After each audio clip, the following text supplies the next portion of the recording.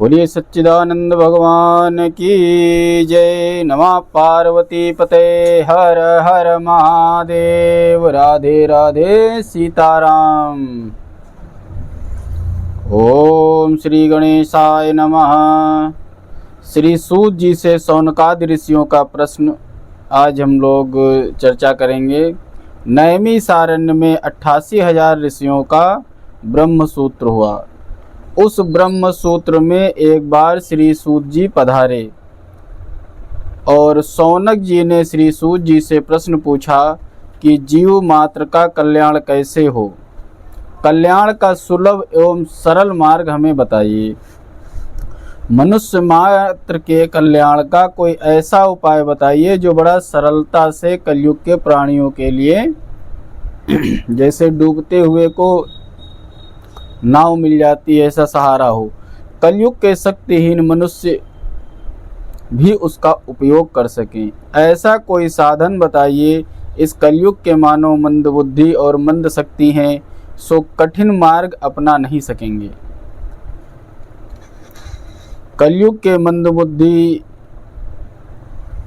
मानवों के लिए कोई सरल उपाय प्रशस्त करिए। कलयुग के मनुष्यों को मंद बुद्धि क्यों कहा गया है? क्योंकि जो सत्य को ना समझे, भौतिक चीज़ों पे ओरिजिनल छोड़ के और डुप्लीकेट के पीछे ज़्यादा भागे, इसलिए भोग विलास में लगे हुए और वह भौतिक सुविधाओं को सुख साधन मानने के कारण यहाँ पर मंद बुद्धि का शब्द प्रयोग किया गया है। कलयुग के मानव ऐसे भोगी हैं कि ऐसे एक ही आसन पर बैठकर 8 घंटे ध्यान नहीं कर सकते हैं। वे अपने को चतुर मानते हैं, किंतु व्यास जी ऐसा मानने को तैयार नहीं हैं। न किसी की आसन सिद्धि होगी, न मंत्र सिद्धि होगी, तो संसार के विषयों के पीछे जो लगा रहे उसे प्रवीण कैसे कहा जा सकता है? शास्त्र कहता है कि 100 काम छोड़कर भोजन करो, और 1000 काम छोड़कर स्नान करो, और लाख काम छोड़ के दान करो, और करोड़ काम छोड़ करके प्रभु का स्मरण करो और ध्यान करो, सेवा करो। शतम विहाय भोक्तव्यम सहस्त्रम स्नानम आचरेत, और लक्षम विहाय दातव्यम कोटिम त्यक्त्वा हरिम भजेत। घर के कामों को करने के बाद माला मत फेरो, किंतु प्रभु नाम का जप करने के बाद सब काम करो। इसलिए उतना समय पहले ही निकाल लो कि भगवान का जाप पहले करना है, बाद में मुंह में पानी जाएगा, नाच जाएगा। करोड़ों कामों को छोड़कर भगवान का स्मरण करना चाहिए। और आजकल हम लोग क्या करते हैं? सत्यनारायण कथा सुनिए। सत्यनारायण कथा में क्या कहा गया? हमारे घर में जब कन्या हो जाएगी तब हम भी सत्यनारायण कथा अर्थात सत्य आचरण करेंगे। कन्या हो जाती है, विवाह हो जाता है, पुत्र हो जाता है, बहू आ जाती है, दादी पोते बन जाते हैं, लेकिन नाम जप करने का समय कभी नहीं आता है। जब आता है तब सारा समय निकल चुका होता है। इसलिए कलयुग के मनुष्य जो काम करना है उसे नहीं करते हैं, और जिसे नहीं करना है वो काम पहले करते हैं। इसीलिए व्यास जी ने उन्हें मंदबुद्धि कहा। इसलिए कोई नाराज होने की आवश्यकता नहीं है। विस्तार पूर्वक आप श्री कृष्ण कथा सुनाइए। और कृष्ण कथा से तृप्ति नहीं होती है, वैसे ही जैसे दर्शन से तृप्ति नहीं होती है। द्वारिका के श्री कृष्ण का स्वरूप दिव्य है, श्रीनाथ जी का स्वरूप मनोहर है, और दर्शन से तृप्ति नहीं होती है। भगवान की मंगलमयी अवतार कथाओं का वर्णन करिए। भगवान की लीला कथा सुनकर हम कभी तृप्त नहीं होते हैं। कलयुग में जब अधर्म बढ़ता है तब धर्म किसका आश्रय लेता है? प्रथम स्कंद का प्रथम अध्याय प्रश्ना अध्याय इसीलिए कहलाता है। समुद्र पार करने वालों को जैसे कर्णधार का आसरा है, वैसे ही आप हमें मिले हैं। आप हमारे केवट हैं, और कुछ इस रीति से कथा सुनाइए जिससे हमारे हृदय द्रवित हो जाए, और प्रभु की कृपा के कारण ही आप मिले हैं। बड़े प्रेम से शौनक जी श्री सूत जी से एक एक प्रश्नों को रखते हैं कि मधुरता से वे सुनाएं। परमात्मा से मिलने की आतुरता के कारण ही संत का मिलन होता है। जब भगवान से मिलने की इच्छा तुम्हारे अंदर जागृत होगी तब आप संतों की तरफ आकर्षित होते हैं। और जीव जब परमात्मा से मिलने का आतुर होता है तो परमात्मा की कृपा से ही संत मिलते हैं। स्वाद भोजन में नहीं है, भूख के कारण है। जब भूख लगी होती है तब कोई स्वाद नहीं सुहाता है, जल्दी से कुछ मिल जाए खा लें। और जब पेट भरा होता है तो आदमी बड़ा मसाला। एक जगह ट्रेन पे एक यात्री जो है यात्रा कर रहा था, एक सेठ जी यात्रा कर रहे थे, तो उन्होंने पूछा कि पानी कितने का दिया है? तो बोला 54 का गिलास है पानी बेचने वाले ने। तो लड़का आगे बढ़ गया, तो बोला वो पूछ ही रहे हैं और तुम आगे बढ़ गए। तो पानी बेचने वाले लड़के ने कहा इनको प्यास नहीं लगी है इसलिए रेट पूछ रहे हैं, इसको प्यास लगी होती पहले पानी लेके पी लेता है, बाद में पैसे दे देता है, इसलिए मोल तोल करने वाला व्यक्ति प्यासा नहीं होता है। मनुष्य परमात्मा, इसलिए जो तर्क कुतर्क करने वाले लोग हैं वो भगवान के प्रति आकर्षित नहीं है।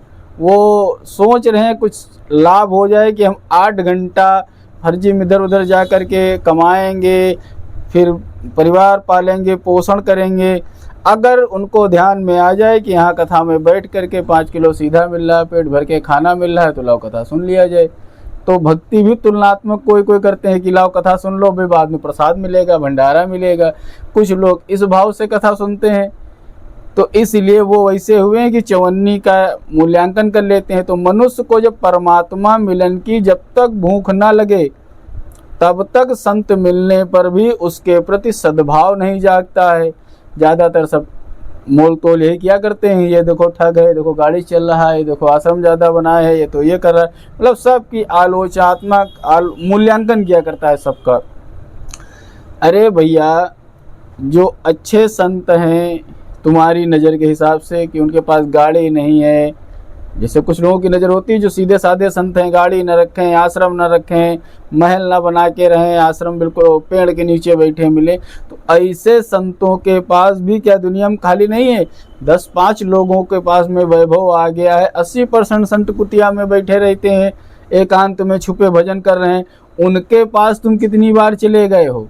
ये जितने आलोचना करने वाले मिलेंगे, फलाने के पास ये है, फला, तो जिनके पास नहीं है उनको तुम कितने दिन का खाने को दे आए हो? तो ये सब कहने की बातें, जिसको आलोचना करने का करेगा। इसीलिए कहा गया जब तक संत मिलने भूख नहीं लगेगी अंदर से, जब तक भगवान कृपा नहीं करते हैं तब तक संत नहीं मिलता है। तो इसका एक ही कारण है, जीव को भगवत दर्शन की इच्छा ही नहीं हुई है। इसलिए जब इच्छा नहीं हो, और ये इच्छा भी कब जागृत होती है? तो कहते हैं भागवत की इच्छा, सत्संग की इच्छा जब करोड़ों जन्मों के पुण्य उदय होते हैं तब जाके कहीं सत्संग कर्ण प्रिय लगता है। वरना जैसे आपने रामलीला में सुना होगा, ज़्यादातर ऐसे पाठ में क्या पढ़े होंगे कि राम लक्ष्मण जी को विश्वामित्र लेकर के जंगल में गए, तो श्री राम जी ने कहा कि प्रभु अब आप यज्ञ आरंभ करो। हम तीर कमान लेकर के खड़े हो गए कि अब जो कोई आएगा निपटा देंगे। तो जिनकी श्रद्धा नहीं होती है, तो जैसे ही हवन कुंड जला यज्ञ करने के लिए, वैसे धुआं निकला, और जैसे धुआं निकला और जैसे विश्वामित्र जी ने कहा स्वाहा, वैसे हमारी सुबह हो, सब ताड़का वड़का फैमिली तैयार हो गई। ये कौन प्रदूषण जंगल में फैला रहा है और हा कर रहा है? ये हुआ कर रहा है। अब बताओ, यज्ञ के धुआं प्रदूषण लगता है दुष्टों को, और स्वाहा हुआ लगता है। और आए जल्दी से पानी वानी लेकर के बुझाओ, आके जंगल में आग लग जाएगी और सब पेड़ पौधे। ऐसे ही तो लोग रोकने आते हैं, सब प्रदूषण कर रहे हो, बच्चे पढ़ रहे हैं यहाँ, इधर हो रहा उधर। वैसे ही राम जी ने निकाला तीर, कहा वो बताते हैं, एक ही तीर बगैर फल के मारा कि धर्म कार्य में। तो इसलिए जिनकी श्रद्धा भक्ति नहीं होती उनको मंत्रों में भी शोर नजर आता है। इसलिए कहा गया है वक्ता का अधिकार सिद्ध होना चाहिए, श्रोता को भी अधिकार सिद्ध होना चाहिए। श्रवण के इसीलिए 3 अंग कहे गए हैं, श्रद्धा, जब श्रद्धा ही जो है फल देती है। पहली है, श्रोताओं के अंदर 3 चीज़ें होनी चाहिए। श्रवण को 3 तरीके से, श्रद्धा होनी चाहिए जो चीज़ सुन रहे हो, जिज्ञासा होनी चाहिए और नित मत्सरता होनी चाहिए। श्रोताओं को चाहिए कि वे मन को एकाग्र करके कथा सुने। जिज्ञासा, श्रोताओं को जिज्ञासु होना चाहिए। ऐसा भी नहीं होना चाहिए कि जो कोई भी मंच पर बैठे और जौन कुछ मनमानी कह जाए उसको सुन लिया जाए। स्वाध्याय करो, जो चीज़ें वक्ता कह रहा है उसको स्वयं भी स्वाध्याय करो कि जो कहा जा रहा है ये प्रमाणित है। बहुत लोग तो ऐसे हैं कि लगा रहता है बोर्ड, जैसे कहीं कहीं चले जाओ लिखा रहता है शुद्ध शाकाहारी होटल और अंदर सब कुछ मिल जाता है बहुत। तो वहाँ पर अपना भी विवेक लगाना चाहिए, खाली बोर्ड के ऊपर ना चले जाओ। बहुत जगह लिखी रहती है, बढ़िया रंगे चुंगे कपड़े भी पहने हैं और कथा का बोर्ड भी लगा रहा हो रही है व्यथा वहाँ पर के कौन श्रोता अधिकारी है और ये भी देखना कौन वक्ता अधिकारी है। अब जिज्ञासा के अभाव में मन एकाग्र नहीं होगा, तो इसलिए जिज्ञासा होनी चाहिए कि अच्छा ये चीज़ें जो हमने पढ़ी थी या इन्होंने जो बताई हम देखेंगे या जो देखा है उसको सुनेंगे तो उसमें और आनंद आ जाता है। तो कहने का मतलब है जिज्ञासु का मतलब है कि श्रोताओं को ज्ञान होना चाहिए कि हम क्या सुन रहे हैं, क्या कर रहे हैं। ज्ञानी जब वक्ता श्रोता होता है तो कथा का और आनंद आ जाता है। बहुत कुछ जानने की जिज्ञासा ना होगी तो कथा श्रवण से भी कोई लाभ नहीं होगा। इसलिए हमने थोड़ा सा पढ़ा था, महाराज जी भी थोड़ा सा बता देंगे तो बड़ा आनंद आ जाएगा। इसलिए दूसरा गुण होना चाहिए जिज्ञासा। और तीसरा गुण क्या होना चाहिए? श्रोता के मन में जगत की किसी भी जीव के प्रति मत्सर नहीं होना चाहिए, ईर्ष्या नहीं होनी चाहिए। कथा में दीन और विनम्र होकर के जाना चाहिए। पाप को छोड़कर भगवान से मिलने की तीव्र आतुरता की भावना होनी चाहिए कि कथा श्रवण करेंगे तो हमें भगवान के दर्शन हो जाएंगे। जैसे एक मच्छर नहीं सोने देता है वैसे मन में जब मत्सर भरा होता है तो वो भी मन को कथा में नहीं लगने देता है, मन भटका करता है इधर उधर।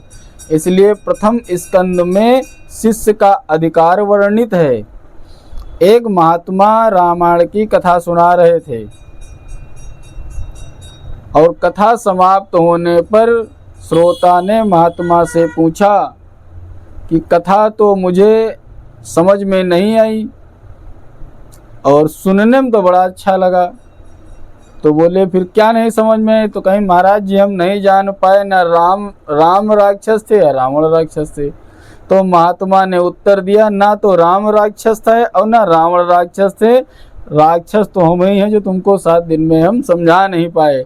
तो भागवत कथा इसलिए बोला ना कि जिज्ञासा होनी चाहिए कि कहाँ फ्लो है तुम्हारा मन, कथा हो रही है घर में लगा है दिमाग कहीं और कहीं और। इसलिए जो चीज़ सुनो उसको ध्यान से सुनो, स्टेप बाय स्टेप। और इस समय तो हम आपको जैसे मंच पे कहीं पर हो सकता है समय अभाव होता है थोड़ा मन, हम आपको स्टेप बाय स्टेप इसीलिए भागवत में प्रवेश करा रहे हैं कि प्रथम स्कंद में पहले महत्व बताया, फिर प्रथम स्कंद में प्रवेश। अब इस समय शौनक जी श्री सूत जी से कथा के बारे में पूछ रहे हैं, ये प्रश्न पूछ रहे हैं और ये प्रश्न आपके हैं कि जब कलयुग में अधर्म बढ़ता है तो धर्म किसका आश्रय लेता है। तो इसी तरीके से कलयुग में पाप बढ़ते जा रहे हैं, हम धार्मिक लोग, हम सनातनी लोग, हम लोग कैसे किसके सहारे जो है बल पाएंगे। तो भगवत कथा और भगवत भक्ति का महत्व जब जान लेंगे कि भक्ति से क्या प्राप्त होता है और कथा हमें क्या दे सकती है, तो हमको हमारे ईश्वर पर पूरा विश्वास हो जाएगा कि वो हर हाल में अपने भक्तों की रक्षा करते हैं, उनकी लाज बचाते हैं। परमात्मा की कथा बार बार जब सुनोगे तो उनके प्रति प्रेम जागृत हो जाएगा, आकर्षण हो जाएगा। इसीलिए शौनक मुनि ने श्री सूत जी से कहा कि हमें भागवत कथा में श्रद्धा है और आपके प्रति हमें आदर है और अनेक जन्मों के पुण्य उदय होने पर ही वक्ता के मुख से मतलब अच्छे वक्ता के मुख से, अधिकारी वक्ता के मुख से कथा सुनने का सौभाग्य प्राप्त होता है। इसीलिए प्रथम श्रवण भक्ति है। रुक्मिणी जी ने पत्र में लिखा था, रुक्मिणी जी ने कभी भगवान श्री कृष्ण को देखा नहीं था, वे लोगों से सुन सुन करके, वो देवी भक्त थी, करती देवी जी की भक्ति थी, जाती थी गौरी पूजन के लिए कुल देवी के यहाँ, और ध्यान कन्हैया का हुआ करता था, क्योंकि लोगों से सुन रखे थे कि बहुत अच्छे हैं। तो प्रथम भक्ति ही कथा के श्रवण से द्वारा जा, किसी के बारे में अगर तुम्हारी आकर्षण तुम्हारा बढ़ेगा तो सबसे पहले किसी से सुना होगा उसके बारे में, फलानी चीज़ अच्छी है, फलाना तीर्थ अच्छा है, फलानी जगह घूमने जाओ बड़ा आनंद आता है। तो पहला आकर्षण श्रवण से ही होता है। इसलिए पत्र में क्या लिखा था कि मैंने तुम्हारी कथा सुनी है और उन कथाओं के द्वारा मेरा मन तुम्हारे प्रति आकर्षित हो गया और तुमसे ही विवाह करने की हमारी इच्छा है। इसको सुत्वा शब्द वहाँ कहा गया है। भगवान के गुण सुनने से उनके लिए प्रेम भाव उत्पन्न हो जाता है, और श्रोता और वक्ता दोनों विनयी होने चाहिए। श्री सूत जी श्रोताओं को साधुवाद देते हैं। वे कहते हैं कि कथा सुनकर जो तुम्हें करना चाहिए वो तुम करते हो, तो तुम शांति से सुनते हो, तो मेरा मन भी भगवान में स्थिर हो जाता है। तुम ज्ञानी हो और प्रभु प्रेम में पागल हो, परंतु मेरा कल्याण करने के लिए प्रश्न पूछा है। कथा सुनाकर मैं अपनी वाणी भी पवित्र करूंगा। जब ऐसे प्रश्न शौनक जी ने किए तो श्री सूत जी ने भी कहा कि बहुत बहुत साधुवाद है जो आपने भागवत कथा का प्रसंग और प्रश्न पूछा। अब इसको तुम जो सुनोगे तो तुमको जो शांति, जो उत्तर मिलकर जैसे मिलेगा, लेकिन हमारा भी कल्याण हो जाएगा। इसी बहाने हमको भागवत वाचन का फल मिलेगा और अपनी वाणी को पवित्र करूंगा। इसलिए जो आप पूछ रहे हो वो मैं अवश्य करूंगा। मम तेताम वाणी गुण कथन पुण्येन भवता पुण्यामित्यर्थे अस्मिन पुरमथन बुद्धिर व्यवसिता। शिव महिम स्त्रोत में पुष्पदंत ने भी कहा था कि शिव तत्व का वर्णन वैसे तो कौन कर सकता है, कोई नहीं कर सकता है, लेकिन जैसे आपने प्रश्नों को रखा है उन प्रश्नों के उत्तर के निमित्त मैं अपना भरपूर 100% दूंगा कि आपको शिव तत्व बता पाऊँ। और जैसे तत्व निकलेंगे तो इससे क्या होगा, मेरी वाणी पवित्र हो जाएगी। जैसे गंगा में स्नान करने से पाप धुल जाते हैं, मुँह आचमन करने से शुद्धि हो जाती है, वैसे वाणी से भागवत, जैसे कानों में भगवत कथा जाती है तो भगवान हृदय में आ जाते हैं, और वैसे ही जब वाणी से भगवत कथा का गान होता है तो जीवा भी पवित्र हो जाती है, जीवा सिद्ध हो जाती है, सरस्वती जी भी बड़ी प्रसन्न हो जाती हैं। इसलिए आरंभ में श्री सूत जी ने सुखदेव जी का वंदन किया।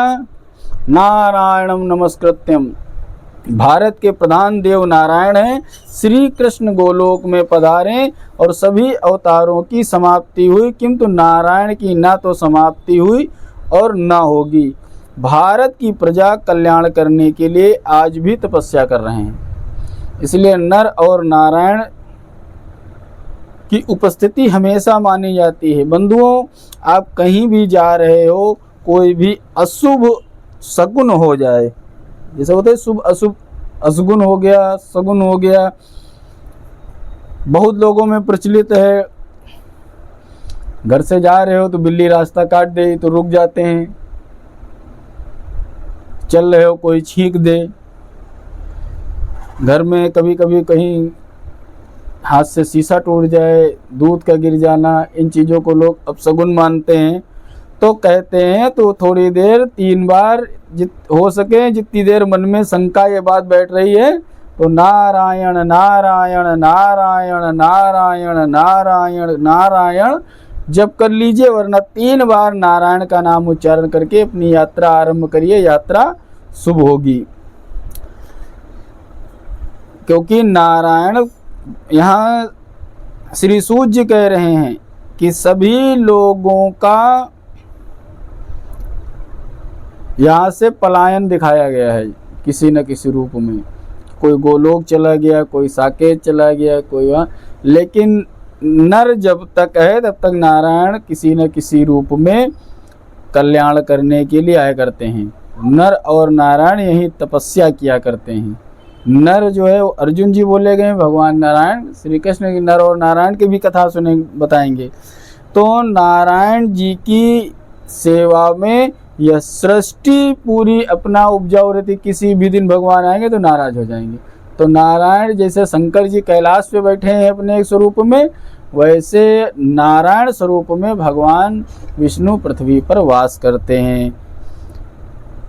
राधे राधे सीताराम। शंकराचार्य जी को नर नारायण का दर्शन प्राप्त हुआ था। उन्होंने कहा था, मैं तो महान योगी हूँ, इसलिए आपका दर्शन प्राप्त कर सका हूँ, किंतु कलयुग के भोगी जन आपके दर्शन कर सकें, ऐसी कृपा कर दीजिए। तब भगवान ने कहा, उन्हें उस समय बद्री नारायण के नारद कुंड में स्नान करने का आदेश दिया था और कहा था, वहाँ से तुम्हें मेरी जो मूर्ति मिलेगी उसकी स्थापना करना। तो बद्री नारायण भगवान की स्थापना श्री शंकराचार्य जी ने की थी। यह प्रथम ग्रंथ है, विष्णु सहस्त्र नाम का टीका लिखा था। कहते हैं मान से मानस का पुण्य बहुत लिखा गया है, और नारायण को मन में प्रणाम कर लो, जैसे सब चीज कहते हैं। तो कहते हैं बद्री धाम में नारायण जी तपस्या किया करते हैं। जो जाए बद्री, कहते हैं उसकी काया सुधरी, और जो जाए बद्री वो न रहे दरिद्री। बोलिए बद्रीनाथ भगवान की जय। बद्री नारायण तीर्थ में लक्ष्मी की मूर्ति के बाहर है, लक्ष्मी जी की मूर्ति मंदिर के बाहर है। और तपश्चर्या में स्त्री द्रव्य बालक संग बाधादायी हैं, इसीलिए नारायण ने लक्ष्मी जी से कहा, तुम बाहर बैठ कर ध्यान करो, मैं अंदर बैठ के ध्यान करूंगा, वरना हमारा ध्यान भंग हो जाएगा।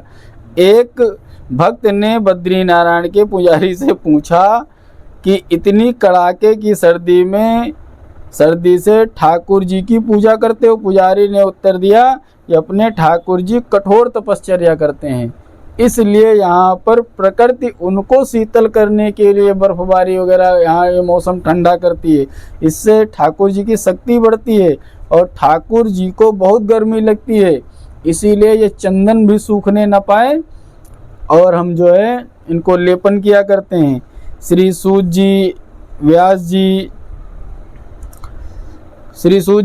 जी और सरस्वती मैया गणेश आदि जी का ध्यान करते हुए कथा आरंभ करते हैं। सा वै पुंसाम परो धर्मो यतो भक्ति रतो छजे अहेतु प्रतिहता यता आत्मा संप्रसिद्धति।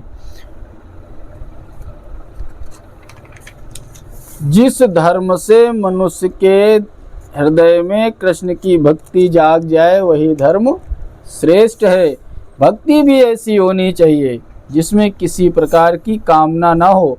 निष्काम व निरंतर भक्ति से हृदय रूप परमात्मा की प्राप्ति करके कृतकृत्य हो जाता है। श्री सूत जी कहते हैं, जीवात्मा अंश है, परमात्मा अंशी है।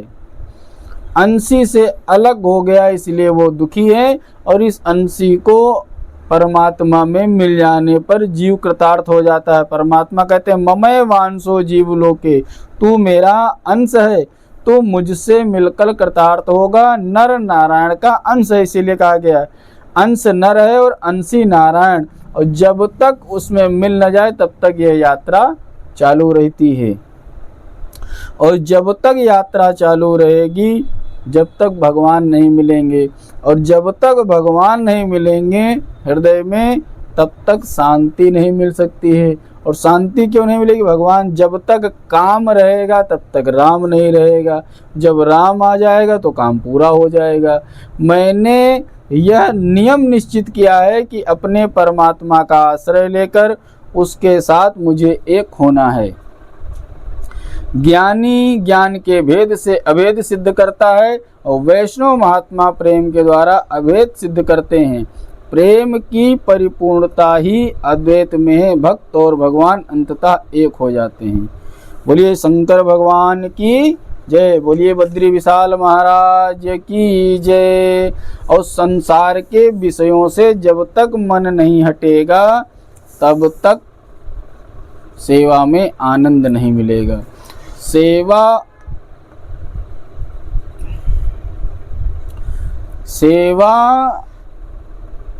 और अच्छा, सेवा का मतलब ये नहीं है कि वो नौकरी वाली बोलते हैं सेवा मिल रही है, सेवा में है। सेवा का मतलब है कि अपने सुखों को ताक में रख करके अपने स्वामी के सुखों को महत्व देना। और जब तक अपना ही मन सेवा की सेवा करने के बाद में हमको इसका फल मिलेगा, तब तक वो सेवा नहीं हो जाएगी, वो क्या हो जाएगी, नौकरी हो जाएगी। तो जब तक सेवा में आनंद, सेवा की यही भावना है। परमात्मा की सेवा तभी होगी जब संसार के विषयों का प्रेम कम होगा। परमात्मा से प्रेम करना है तो विषयों का प्रेम छोड़ना ही होगा। और जब तक ना छूटे तब तक अभ्यास करते रहिए। प्रेम गली अति साकरी तामे दो न समाए। प्रेम की सकरी गली में दोनों का निर्वाह नहीं हो सकता है। जगत का बंधन ना छोड़ोगे तब तक ब्रह्म का संबंध नहीं होगा। संसार के विषयों को धीरे धीरे छोड़ो। संसार को छोड़ के कहाँ जाओगे? संसार, अब हम लोग क्या करते हैं, विषयों को छोड़ने से अच्छा संसार को त्यागने की आवश्यकता नहीं है, विषयों को छोड़ने की जरूरत है, मोह को छोड़ने की जरूरत है। व्रत में त्याग करने की आज्ञा दी गई है, वो हमेशा त्याग के लिए हो नहीं सकता है कोई चीज छूटे। तो अभ्यास व्रतों के द्वारा कर दिया गया है। व्रत करने में त्याग की आज्ञा दे दी गई है। अब हमेशा के लिए त्याग करना चाहिए, लेकिन त्याग हमेशा के लिए नहीं हो सकता है, तो मन खंडित हो जाएगा। इसलिए व्रत की विधि बता दी गई है कि हर बृहस्पतिवार को रहो, एकादशी रहो, पूर्णिमा रहो। पहले महीने में पूर्णिमा का शुरू करो, फिर 2 एकादशी शुरू करो, फिर धीरे धीरे क्या हुआ, संयमित हो जाओ। धीरे धीरे संयम बढ़ाओगे, वैराग्य बढ़ाओगे, तो ईश्वर सेवा में, ध्यान में अनूठा आनंद आने लगेगा। एक दृष्टांत है, एक बार एक चौबे जी मथुरा से गोकुल जाने के लिए निकले और नौका में बैठकर जमुना को पार करना था। और चौबे जी थोड़ा भांग के नशे में थे। वे नौका में बैठे और चप्पू चलाने लगे। अब अपने बाहुबल पर पूर्ण विश्वास होने से कहने लगे कि नाव अभी गोकुल पहुंच जाएगी। रात भर नाव चलाते रहे, चप्पू लिया, जमुना जा रहे थे, वही बैठे रात भर नाव चलाते रहे। और जब सोचा कि जो है अब तो पहुंच गए होंगे गोकुल, और चौबे जी ने सारी रात नाव चलाई, सुबह हुई, सोचने लगे कि ये मथुरा जैसा कौन सा गांव आ गया है, का लहर में इधर उधर हम भटक गए हैं। किसी से पूछा ये कौन सा गांव है, तो उत्तर मिला ये मथुरा का घाट है यमुना जी का, ये वही विश्राम घाट, वही मथुरा। अब सारा नशा हवा हो गया। रात भर नाव चलाई, पहुँचे काहे नहीं? क्यों नहीं पहुँचे भाई? रात भर नाव चलाए और रात भर नहीं पहुँचे, मथुरा घाट पे खड़े रहे। तब मथुरा जी चौबे जी को बड़ा आश्चर्य हुआ कि ये सारी मेहनत के बेकार हो गई। तो किसी ने पीछे बताया, नाव तो तुम हाँक रहे थे, चप्पू चला रहे थे, लेकिन जो नाव पीछे रस्सी से खूंटे में बंधी हुई थी उसको तो खोल लेते हैं। इसी तरीके से मन रात भर सब कुछ करते रहो। इसलिए जीवन में तुम सब कुछ करते रहो, सारे करते हो, मन बंधा हो एक खूंटे से खींचा हुआ, खूब चप्पू चलाओ, खूब मेहनत करते रहो, आपको लक्ष्य मिलने वाला नहीं है। इसलिए जीव को इंद्रिय सुख का नशा चढ़ गया है, स्पर्श सुख, संसार के विषय सुख का नशा चढ़ा हुआ है। धन के नशे में मनुष्य मंदिर जाता है और नशे में होने के कारण ठाकुर जी को सच्चे मन से चिंतन नहीं करता है। वो तो सोच रहा है प्रसाद चढ़ा रहे हैं, श्रृंगार करवा रहे हैं, मेरा ठाकुर जी तो काम कर ही देंगे। अब उसे भगवान के दर्शन नहीं होते हैं, उसे दुनिया के विषय सुंदर लग रहे हैं। अब जिस दिन वासना रूपी डोरी से जो मन विषय में बंधा हुआ है, जब ये इंद्रियां उनसे छूट जाएंगी तब आगे बढ़ पाओगे, वरना वासना किसी को आगे बढ़ने नहीं देती है। वासना की डोरी जब तक नहीं तोड़ोगे तब तक आगे बढ़ ही नहीं पाओगे। जब प्रार्थना लगाओगे तब बीवी बच्चे परिवार धन दौलत रुपया पैसा इसलिए इसी से बंधा भी हुए हैं सभी लोग। वासना रूपी डोरी से जीव, और एक गांठ लगी हुई है, खूंटा छोटा सा गड़ा, उसी रस्सी पूरी बंधी हुई है। संसार के साथ बंधी हुई से छोड़ना कोई नहीं चाह रहा है।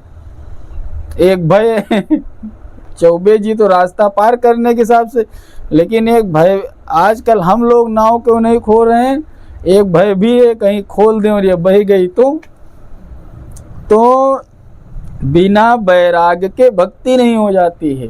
फिर अंदर वैराग्य होना चाहिए कि हम नाव प्रभु के सहारे उतार दिए हैं, अब हम अपने भजन रूपी नाम जप रूपी पतवार से इसको खेते रहेंगे और विश्वास है कि भगवान हमको लक्ष्य पे आगे जरूर मिलेंगे। जब हम डूबने लगेंगे तो प्रभु हमें हाथ दे के उठा लेंगे। जब इतनी भावना प्रबल होगी तभी तो नाव उतारोगे, वरना इसे बैठे, कुछ लोग तो बैठे घाट पे पैर, इसे हम लोग थोड़ी देर के लिए बैठे कथा सत्संग सुन रहे हैं तो ठीक है, नाव पे बैठ के पैर हिला रहे हैं, फचर फचर पैर मार रहे हैं, तो बंधी है नाव, पक्का कॉन्फिडेंस है कि नाव पलटेगी नहीं, और मन पक्का जानता है कि 2-3 घंटा पंडित जी हमारे मोहल्ले में आए हैं, वीडियो आ गया है तो सुन ले, मोहल्ले में आए कथा सुन ले, नहीं तो लोग कहेंगे। तो उतनी देर छपर छपर कर रहे हो बैठे, उसके बाद कहाँ तुम कहाँ हम। सब चीज़ों में संयम और सदाचार बढ़ाओगे तभी भक्ति में आनंद मिलेगा।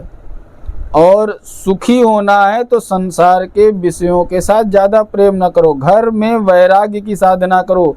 जो मिल जाए, जितना मिल जाए उतना पर्याप्त है, क्योंकि जीवन है। एक ऋग्वेद का भी नियम है कि इस शरीर को पुष्ट रखना है और तंदुरुस्त रखना है, स्वस्थ रखना है और 100 साल जीने की इच्छा रखनी है। क्योंकि जब इसी शरीर से भजन हो सकता है, कहीं और भजन होना भी नहीं है, इसलिए जितने ज़्यादा वर्ष मिल जाएं उतने ही बढ़िया है। और बिना वैराग्य के ज्ञान भी नहीं हो सकता है, शोभा भी नहीं पाती। अच्छा सुनो, दिन भर भोग में फंसा हुआ व्यक्ति वैराग्य का उपदेश कैसे कर सकता है? ज्ञान और वैराग्य जब तक स्वयं धारण नहीं करोगे तब तक उसका उपदेश भी शोभा नहीं देता है। ज्ञान और वैराग्य सहित भक्ति बढ़े तो ईश्वर का साक्षात्कार हो जाता है। अच्छा, एक और सरलता दे दी गई कि ज्ञान मार्ग में तो इंद्रियों का निरोध करना पड़ता है, दबाना पड़ता है, गलत है चाहिए ये है। और भक्ति मार्ग में तो इंद्रियों को प्रभु की तरफ ले जाना पड़ता है। ज्ञान मार्ग में जब मन विचलित हो रहा है, नाचना है, गाना है, भजन करना, कुछ नहीं, तुमको श्रृंगार करने की इच्छा है, प्रभु के सामने बैठे, प्रभु श्रृंगार हो रहा है, श्रृंगार कर लो। नाचने गाने की इच्छा है, प्रभु के लिए नाच गा लो। प्रेम करने की इच्छा है तो प्रभु से प्रेम कर लो। श्रृंगार करने की इच्छा है तो अपने प्रभु के लिए श्रृंगार कर लो।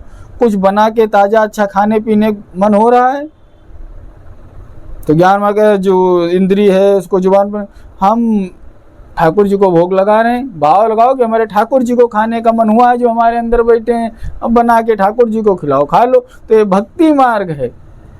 अरे पूरा रोज के लिए नहीं, कभी कभी भटकाव के लिए, कि इसमें कह रहे हैं कि भक्ति मार्ग में इंद्रियों को दबाना नहीं है, निरोध नहीं करना है, प्रभु के मार्ग में लगा देना है। तेज चिल्लाने गाना गाने मन हो रहा है तो भजन करके अपना गा लो। तो सुगंध लेने की इच्छा हो तो क्या करना है, खूब सूंघने। तो ज्ञान मार्ग के गए सन्यासी आदमी को इत्र नहीं लगाना, नहाना धोना नहीं है, साबुन नहीं लगाया जाता है सन्यास में, मल नहीं छुड़ाया जाता है, नाखून नहीं काटे जाते हैं। लेकिन अब भक्ति मार्ग क्या कहती है कि सुगंध लेने की इच्छा है तो खूब नहा धो और ठाकुर जी के बढ़िया कस के इत्र लगाओ, हाथ में लग जाए अपने लगा लो। ये तो ठाकुर जी के लग गया था, इसलिए उसका सुवास स्वयं ले लो। ब्रह्म संबंध को सतत बनाए रखो। जीवात्मा इसीलिए हमारे वृंदावन में कहाँ आ गया, सखी भाव आ गया कि हमको श्रृंगार करना है तो हमने ठाकुर जी को रिझाने के लिए श्रृंगार कर रहे हैं। हाँ, अगर इच्छा नहीं हो रही है, नहीं हो रही तो जितना हो सके वहाँ पे उस भाव में भी शांति वाला रहना शुरू, वो भी नहीं दिखाना कि हम सखी ही बने हैं दिखाने के लिए। अगर जितना सादगी से जितना त्याग हो पाए वो चीज करना ज्ञान मार्ग है। अब नहीं हम बिंदी लगा करके और नथुनी उथनी पहन के ही अब सखी बनेंगे, ऐसा भी नहीं कहा गया है। वेद भी उस वासुदेव भगवान का वर्णन करते हैं जो भक्ति से प्राप्त होते हैं। उत्तमोत्तम तत्व अद्वैत तत्व है जिसे भगवान श्री कृष्ण कहते हैं। और लौकिक व्यवहार में जो है ज्ञान में द्वैत हैं, लेकिन ईश्वर के स्वरूप जितने संबंधी ज्ञान में वे अद्वैत कहे गए हैं। तो बंधुओं, सबसे पहले तो जो है जीवन को संयमित करना है, यही तो बताया गया है। ज्ञान से संयमित करिए और लौकिक व्यवहार जितना हो सके कम से कम मिलना, कम से कम लोगों से व्यवहारिक होना, क्योंकि जितना आप व्यवहारिक होंगे, जितना लोगों से मिलेंगे, उनकी नकारात्मक ऊर्जा, उनकी विषया भक्ति, उनकी विषया चर्चा या विषय संबंधी विषयों में आपकी आसक्ति होती चली जाएगी। आप सालों भर, अब शकुंतला को ले लो, शकुंतला हमेशा कब रही हैं, सन्यासियों के बीच में रही हैं, हमेशा ब्रह्मचर्य पालन किया और उम्र का प्रभाव आया, राजा भरत गए और आकर्षण हो गया। दुष्यंत, हाँ, भरत उनके पुत्र थे, जब भूल गए थे शेर के दांत गिना करते। तो कहने का मतलब कि उनके कई वर्षों का ध्यान भंग हो गया संगत से ही। तो स्मरण करने से भी मन विचलित हो जाता है और ईश्वर का अपरोक्ष साक्षात्कार हो जाए, ऐसे ही अभ्यास करना है। श्रुति वर्णन करती है, क्या कहती है, जिससे जीव ईश्वर में मिल जाए वही कार्य करिए। गोपी सब श्री कृष्ण को देख करके जीव भाव भूल गई थी। क्या कहते, लाली मेरे लाल की जित देखूं तित लाल, और लाली देखन मैं गई मैं भी हो गई लाल। श्रुति वर्णन करती है कि वहाँ ना तो मैं रहता हूँ और ना तू, वृत्ति ब्रह्माकार हो जाती है। भगवान श्री कृष्ण से मिलने के लिए जब गोपिका जाती थी या गोपिकाएं आह्वान करती थी, तो पूर्ण रूप से उनका समर्पण इतना था, इतना वो ब्रह्ममय थी कि उनको हर जगह कृष्ण ही दिखते थे। सास ससुर नंद भौजाई पति, वो खाना भी खिला रही होती थी पति को तो प्रेम भाव से आता था कि मैं अपने कन्हैया को रोटी खिला रही हूँ। पाद स्पर्श करना है, चरण बंदन करना है, तो भाव ये रहता था कि हम अपने कन्हैया का चरण दबा रहे हैं। तो ऐसे ही आप गृहस्थ में रहते हुए भी अपने पास परोक्ष अपरोक्ष दोनों दर्शन करने के लिए कि आपके पास जो कोई भी है वो ईश्वर का ही, हमारे कान्हा का ही अंश है। अगर हम इसको भी प्रसन्न कर लेंगे तो हमारे कान्हा हमसे, हमारे परमात्मा हमसे हमको मिल जाएंगे। और जब तक सब में ईश्वर करने वाला भाव ना जागृत हो जाए तब तक मान के चलना कि अपरोक्ष दर्शन नहीं हो रहा है। जब सब में ईश्वर दर्शन करने का भाव जाग जाएगा, तो जब सब में ईश्वर है तो हम में भी ईश्वर है।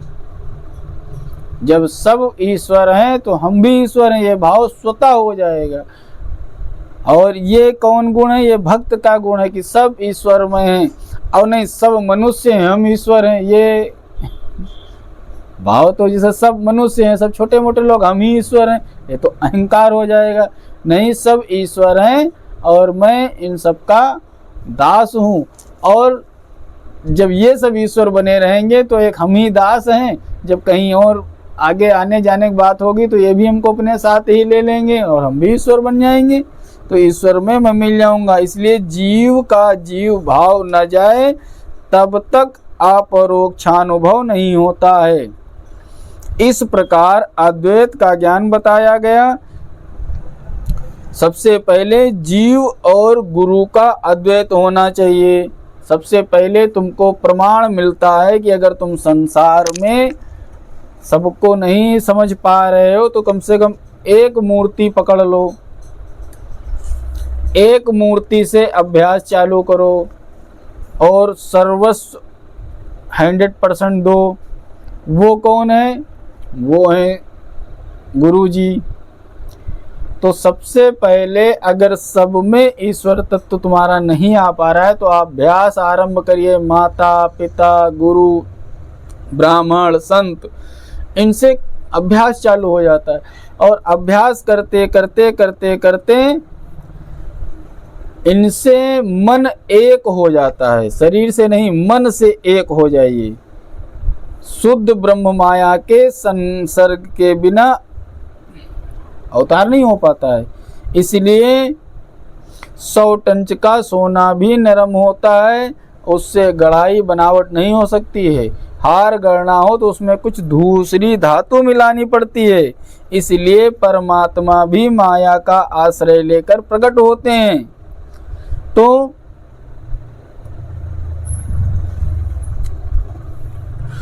ईश्वर को ये माया कोई बाधक नहीं होती है। जीव को सावधानी रखनी है, माया ही सबसे बड़ी बाधक होती है। और भगवान के प्रति प्रेम बढ़ाना हो तो भगवान के अवतारों की कथा सुनिए। परमात्मा के 24 अवतारों का वर्णन किया गया है। धर्म की स्थापना करने और जीव का उद्धार करने के लिए परमात्मा को अवतार लेना पड़ता है। ठाकुर जी का अवतार तुम्हारे घर में होना चाहिए, मंदिर में नहीं। ये मानव शरीर हमारा घर है, हमारे हृदय के अंदर ठाकुर जी का अवतार होना चाहिए। बोलिए राधे राधे सीताराम।